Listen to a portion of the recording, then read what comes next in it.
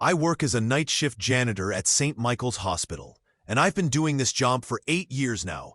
I've seen a lot of strange things during these lonely overnight shifts, but nothing, absolutely nothing, prepared me for what I discovered on the night of March 15th, when I found 12 different patients in 12 different rooms, all wearing identification wristbands with the exact same name. My name is Marcus Webb. I'm 42 years old. And to most people at St. Michael's, I'm invisible. I'm the guy who mops the floors at 3 in the morning, who empties the trash cans, who cleans up the messes that nobody wants to see in daylight. And that's fine with me. I like the silence, the solitude, the predictable rhythm of the nights. The night shift has its advantages. The pay is a bit better. There are no supervisors breathing down my neck, and I can work at my own pace. I put on my headphones, listen to my true crime podcasts, and let my hands do the work they've done thousands of times before. St. Michael's is a mid-sized hospital. 6 floors, about 200 beds. It's on the outskirts of the city, mainly handles emergency cases, elective surgeries, and has a small psychiatric unit on the 5th floor. During the day, the place is a chaotic anthill, but at night, it's my territory. My routine is always the same. I start in the basement, in the maintenance and laundry areas. Then I go up, floor by floor, always following the same pattern. Hallways, waiting rooms, public restrooms, and lastly, the corridors outside patient rooms. I avoid entering rooms when patients are sleeping, but I clean the doors, the hallway windows, check for leaks or problems that need to be reported. That night started like any other. I arrived at 11 p.m., stored my backpack in the basement locker room, put on my faded blue uniform with the hospital patch on the pocket, and grabbed my supply cart. The night supervisor, a guy named Jerry, who usually sleeps in the break room from 2 a.m. to 5 a.m., gave me a lazy wave. "All quiet today, Marcus. Just the usual." "All right, Jerry, I'll start in the basement." The first 4 hours passed on autopilot. Laundry, boiler room, medical supply storage. The characteristic smell of bleach and industrial detergent mixed with the persistent aroma of old coffee that always hangs in the hospital corridors. Around 2:15 in the morning, I began my climb through the floors. 2nd floor. Orthopedics and general surgery. Silent, just the occasional beep of a heart monitor coming from some room. I mopped, emptied trash cans, moved on. 3rd floor. Cardiology and pulmonology. I ran into a nurse I know, Sandra, coming out of a room with a medication tray. "Hi, Marcus. Quiet night?" "So far. How are the patients?" "All sleeping, thank God. I have 3 new admissions today, but they're stable." She continued down the hallway, her shoes making that characteristic sound of rubber against waxed linoleum. It was on the 4th floor that everything began. I was cleaning the west corridor, moving my mop in slow, rhythmic movements, when I noticed something on the floor near the door of room 412. It was a patient identification wristband, one of those white plastic ones with a barcode and printed information. Someone must have cut theirs off during a change, and it fell on the floor. I picked up the wristband to throw it in the appropriate medical waste. But before discarding it, I took a quick look. It's a silly habit, I know, but after years working here, you develop a morbid curiosity about these little details. The printed name was Sarah Mitchell. Date of birth, July 3rd, 1982. Chart number 78451 SM. I threw the wristband away and continued my work.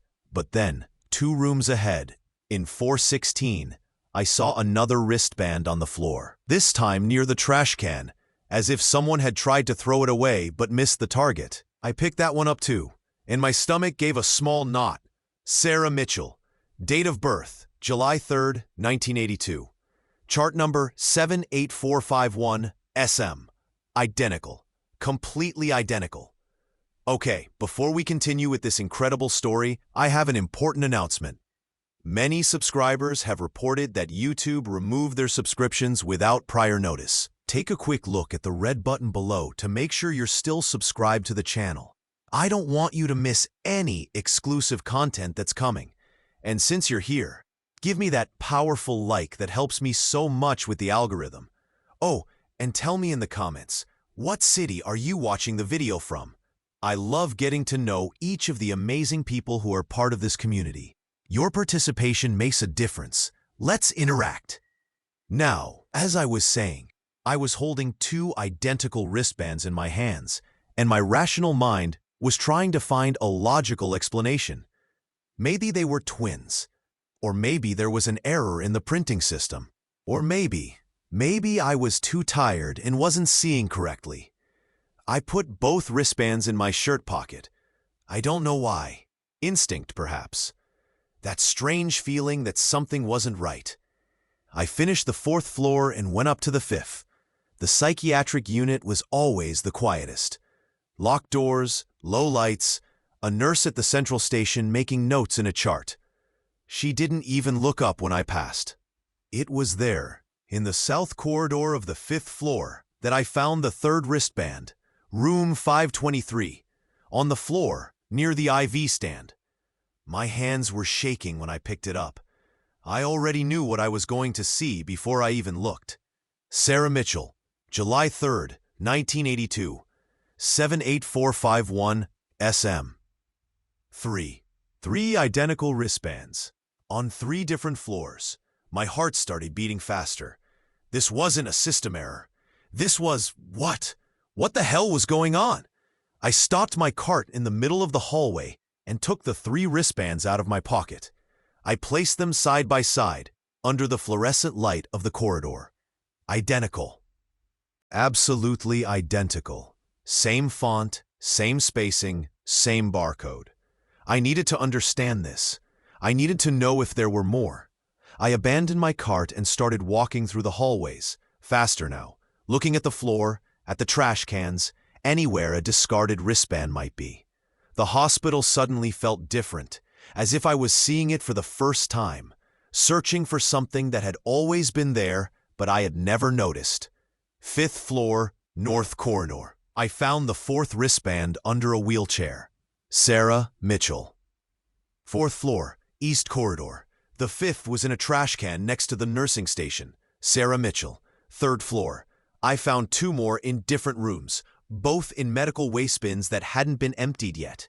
Sarah Mitchell. Sarah Mitchell. 7 wristbands. 7 identical wristbands scattered across 4 different floors. I felt a cold sweat running down my back. This couldn't be a coincidence. This couldn't be an accident. Something was very, very wrong. I went back down to the 2nd floor, this time moving deliberately, checking every corner, every room entrance, every trash receptacle, and I kept finding them. Room 247, 1 wristband on the bedside table next to a half-empty cup of water. Room 251, another one tangled in the sheets of an empty bed that was waiting to be changed. Room 264, 1 more in the bathroom trash. By the time I finished my systematic search of the 2nd floor, I had 11 wristbands in my pockets. 11 Sarah Mitchells, all with the same birth date, all with the same chart number. My hands wouldn't stop shaking. I sat down on a bench in the hallway, under the cold glow of the emergency exit sign, and spread all 11 wristbands on the seat next to me. They looked like some kind of bizarre art installation, a statement about identity maybe, or a cry for help. But from whom and why? I checked my watch. 4:47 a.m. Jerry would be waking up soon from his unofficial nap. The morning shift would start arriving in a little over an hour. I needed to figure this out before then, before the hospital filled with people and questions I couldn't answer. I stood up, collected all the wristbands, and made a decision. I needed to see these patients. I needed to know who they were, why they all shared the same name on their identification, even if it meant breaking protocol, even if it meant risking my job. I started on the 2nd floor, room 247. The door was slightly ajar. I pushed it open slowly, quietly, and stepped inside. The room was dark except for the soft glow of the vital signs monitor. A woman lay in the bed, sleeping, her breathing steady and rhythmic. She looked to be in her 60s, with gray hair spread across the pillow. Definitely not born in 1982. I moved closer, careful not to wake her, and looked at the wristband on her arm. My heart nearly stopped. Sarah Mitchell.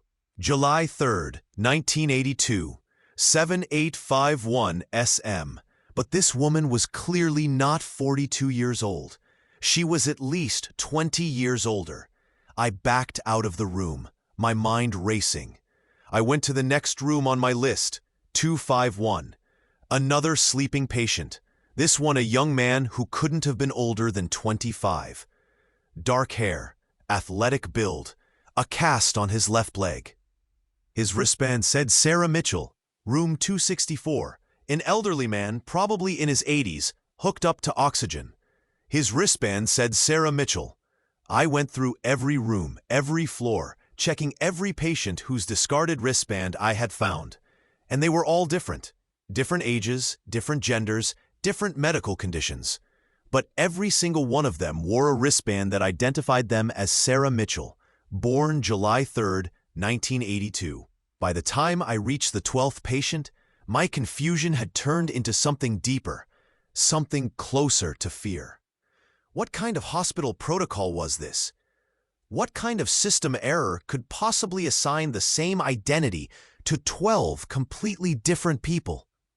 And more importantly, why hadn't anyone noticed? I made my way back down to the basement, to the small administrative office, where they kept the old filing cabinets with backup paper records. The digital system was sophisticated, sure, but St. Michael's had been around for 60 years, and they still maintained physical copies of certain documents. I knew I shouldn't be doing this. I knew I was crossing a line, but I had to understand. The filing room was locked, but I had a master key. One of the perks of being a janitor. They trust you with access to almost everything. I unlocked the door and slipped inside, closing it quietly behind me. The filing cabinets lined the walls, organized by year and then alphabetically. I found the M section for current year admissions and started flipping through. There was no Sarah Mitchell, not in the current year files, not in the previous year. I went back 5 years, 10 years, nothing. No patient named Sarah Mitchell had ever been officially admitted to St. Michael's Hospital, at least not according to these records. But I had just seen 12 of them, sleeping in rooms upstairs, all wearing wristbands with her name. I sat down at the desk, my head in my hands. This wasn't making any sense. None of it made any sense. And then I heard the footsteps. They were coming down the hallway, slow and deliberate. Dress shoes on linoleum. Not the soft squeak of nurses' shoes or the shuffle of a patient in slippers. These were professional, purposeful steps. I quickly closed the filing cabinet and moved to the door, pressing my ear against it. The footsteps stopped right outside. Then I heard voices. 2 men, speaking in low, urgent tones. "We have a problem," the first voice said. "One of the wristbands was found on the 4th floor. Maintenance reported it." "Which one?" "Room 412. There was a pause. Then the second voice, colder, more controlled. "That's the 3rd breach this month. We need to tighten security protocols." "What about the janitor?" My blood ran cold. "What about him? He works this floor, night shift. If he found one, he might have found others." Another pause, longer this time. "Find him," the cold voice said, "and find out what he knows." The footsteps moved away, fading down the corridor. I stood frozen, my heart pounding so hard I could hear it in my ears. They knew. They knew about the wristbands, and now they were looking for me. I waited 5 minutes, maybe 10, before I carefully opened the door and peered out. The hallway was empty. I slipped out of the filing room, locked it behind me, and made my way quickly to the stairwell. I needed to get out of here. I needed to think. But first, I needed to know what I had stumbled into. I climbed back up to the 4th floor, moving quietly, staying close to the walls. The hospital was starting to wake up. I could hear voices in the distance, the rattle of medication carts, the ding of elevator bells. I found Sandra, the nurse I had spoken to earlier, at the nursing station. She was updating charts, her face tired but focused. "Sandra," I said, keeping my voice low, "can I ask you something?" She looked up, surprised to see me still there. "Marcus, shouldn't you be done by now?" "Almost. I have a weird question.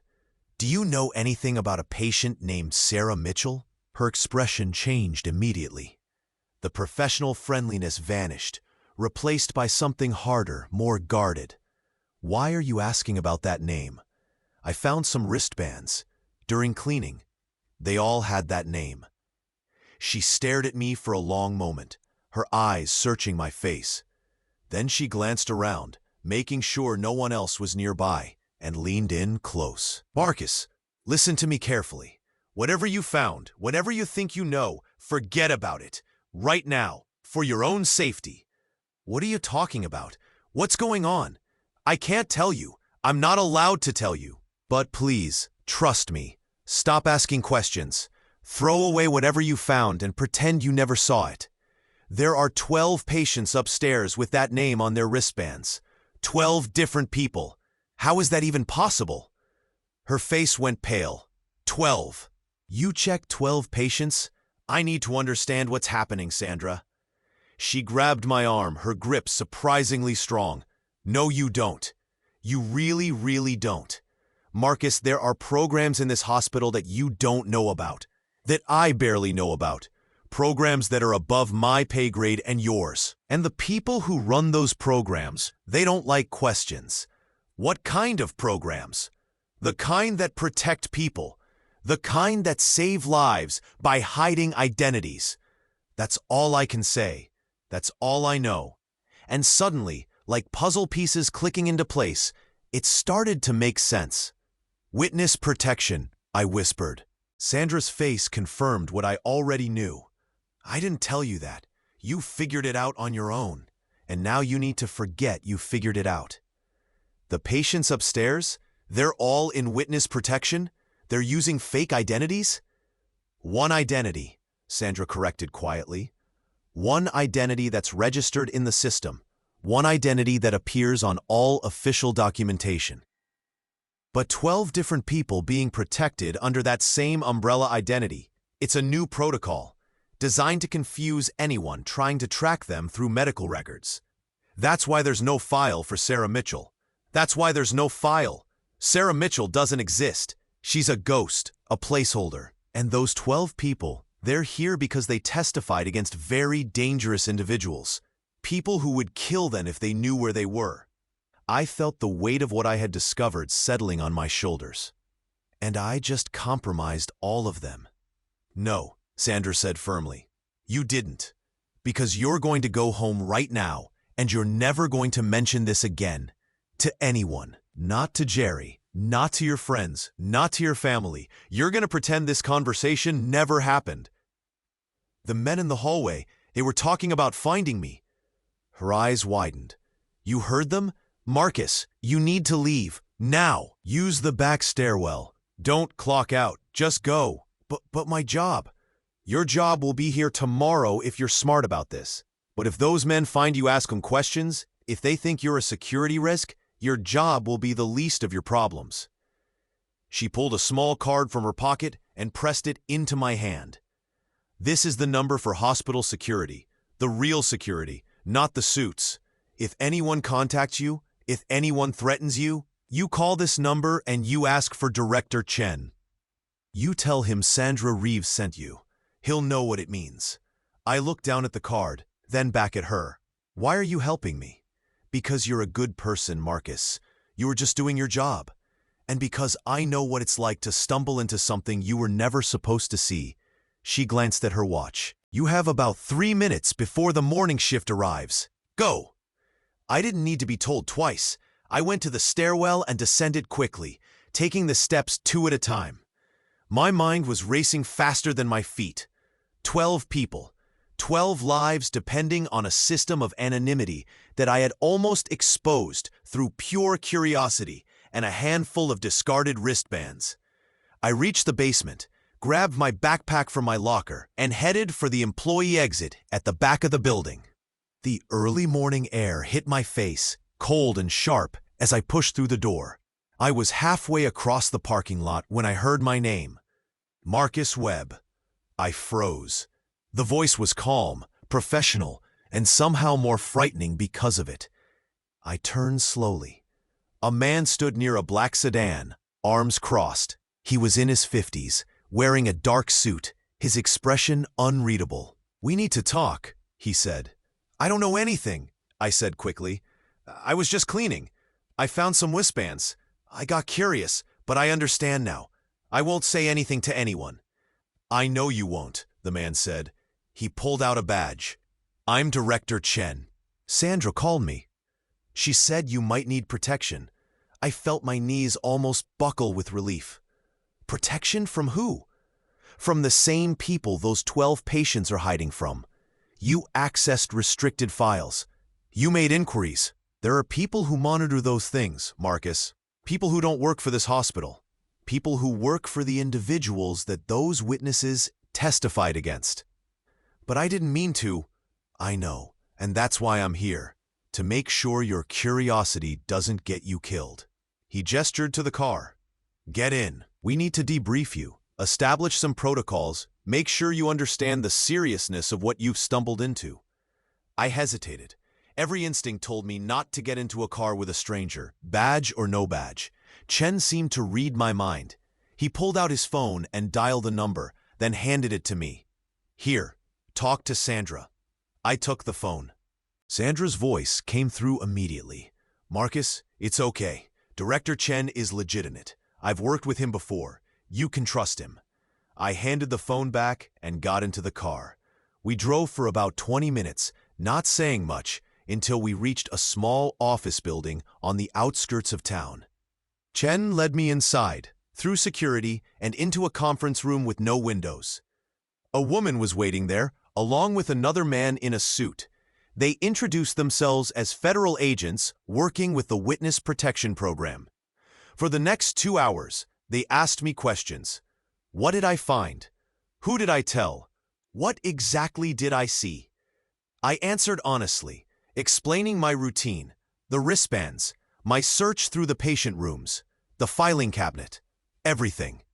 They listened without judgment, taking notes, occasionally asking for clarification. Finally, the woman, Agent Rodriguez, leaned back in her chair. "Mr. Webb, you've created a significant security concern, but you've also demonstrated integrity by not publicizing what you found. That counts for something. Am I in trouble? No, but your life is going to change. Starting today, you're going to be part of this program, whether you like it or not. You know too much to just walk away." What does that mean? It means you're going to continue your job at St. Michael's, but now you're working for us too. You're going to be an extra set of eyes. If you see anything unusual, anything that might indicate those patients have been compromised, you report it immediately. "You want me to be a spy?" "We want you to be a guardian," Chen said. "Those 12 people upstairs, they survived because they were brave enough to testify. Now they're vulnerable. And you, through your own unfortunate curiosity, are now one of the few people who knows they exist. We can either eliminate that risk, or we can use it." "Eliminate?" I felt my blood run cold. "Relocate," Agent Rodriguez corrected quickly. "We would relocate you. New city, new job, new identity. But that's expensive and complicated. Or you work with us. You get paid. You help protect people, and you get to keep your life exactly as it is." It wasn't really a choice. We all knew that. What do I have to do? They gave me a secure phone, a new ID badge with clearance I'd never had before, and a detailed briefing on protocols. I learned that the 12 patients would be rotated out over the next 6 months, moved to new locations as their cases progressed through the legal system. I learned that there were eyes everywhere in that hospital, cameras I'd never noticed, agents posing as doctors and nurses. I learned that the night I found those wristbands, I had stepped into a world that existed in the shadows of the everyday, a world where people's lives depended on secrets being kept. By the time I left that building, the sun was fully up. I drove home in a daze, climbed into bed, and stared at the ceiling for hours without sleeping. That night, when I returned to St. Michael's for my shift, everything looked the same. Jerry gave me the same lazy wave. The same smell of bleach and old coffee filled the corridors. I picked up my mop and started on the basement, just like always. But nothing was the same. Because now, as I moved through those silent hallways, I wasn't just a janitor. I was a guardian, a secret keeper. A small, invisible part of a vast machinery designed to protect people who had nowhere else to turn. I still find things on my rounds. I still see details that others miss. But now, when I find a discarded wristband, when I notice something out of place, I don't just wonder about it. I report it. I document it. I protect it. 3 months later, all 12 patients were successfully moved to new locations. Not one of them was discovered. Not one of them was harmed. Sandra told me later, in a quiet moment in an empty hallway, that my vigilance had caught 2 potential security breaches. 2 individuals who had posed as family members trying to gain access to restricted floors. Because I had been watching, because I had reported what I saw, those individuals were intercepted before they could reach the patients. I saved lives by paying attention to details, by being curious, by caring about the small things that everyone else overlooked. I'm still a night shift janitor at St. Michael's Hospital. I still mop floors and empty trash cans and work in silence while the rest of the world sleeps. But I'm also more than that now. I'm the invisible man who sees everything, the guardian who protects those who cannot protect themselves. And if you ever find yourself in a hospital late at night and you see a janitor in a faded blue uniform moving quietly through the halls, remember this. He might be seeing more than you think. He might be protecting more than you know. Because sometimes, the most important people in a place are the ones you never notice at all. An absolutely incredible story about how curiosity and attention to detail can uncover hidden truths, and how even the most invisible among us can become heroes. What do you think about Marcus's discovery and his decision to become a guardian? Let us know your thoughts in the comments below. If you loved this story of mystery and protection, please show your support by hitting that like button and be sure to subscribe for more compelling stories. Don't forget to click the notification bell so you never miss an upload. Thanks for watching, and we'll see you in the next one.